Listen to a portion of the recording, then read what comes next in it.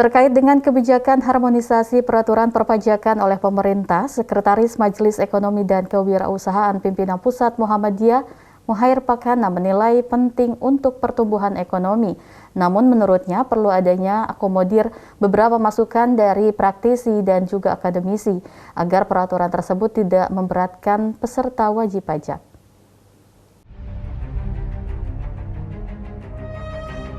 Sekretaris Majelis Ekonomi dan Kewirausahaan Pimpinan Pusat Muhammadiyah Muhair Pakana sangat terkejut dengan cepatnya revisi kesepakatan mengenai regulasi pajak. Menurutnya, memang RUU KUP atau sekarang direvisi menjadi RUU HPP sangat penting bagi pertumbuhan ekonomi.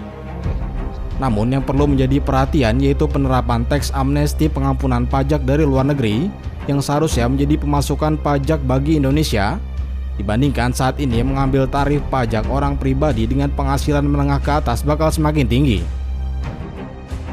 Pada saat diskusi, di 5 tempat diskusi, tema saya itu, saya tetap konsisten dengan tema saya. Pertama, saya kurang tahu apakah di dalam keputusan Komisi 11 hari Rabu itu, apakah pokok-pokok pikiran yang pernah saya tuangkan di ini masuk atau tidak. Nomor 1 tentang teks amnesti, ya, teks amnesti apakah diakomodir atau tidak. Dari beberapa diskusi itu mau diakomodir. Saya tidak lihat mudah-mudahan dalam waktu 1-2 hari ini saya akan melihat draft akhir yang mau disahkan oleh DPR minggu depan. Jadi nomor 1 tadi sekali lagi saya ulang, mohon maaf, tentang teks amnesti.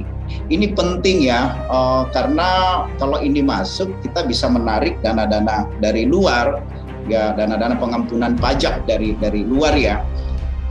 Pernah tahun 2016 sampai 2017 pemerintah pernah menggembar-gemborkan bahwa bakal membawa dana dari luar, dari asing dengan kebijakan teks amnesti itu akan sampai ribuan triliun akan masuk. Ya, dana repatriasi dan dana deklarasi. Nah, bahkan saya masih ingat persis ya, 31 Maret tahun 2017 tercatat, ini dalam catatan ya, yang katanya sudah tercatat masuk 130 triliun ya, kemudian dana deklarasi harta yang masuk 4.813,4 triliun dan dana repatriasi 46 triliun, dan semua ini catatan ribuan triliun katanya masuk, tapi tidak hanya tercatat tapi tidak kurang optimal untuk terrealisasi. Nah, maksud saya kalau ini masuk ya kita tidak usah terlalu membebani rakyat kita ya dengan berbagai macam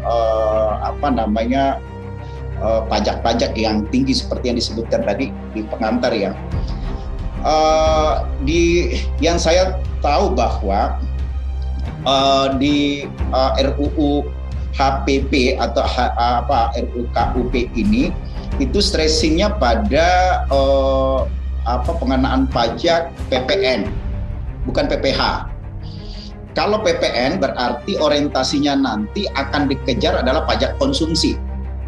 Setiap orang membeli barang dan jasa, menikmati barang dan jasa, itu akan tinggi pajaknya.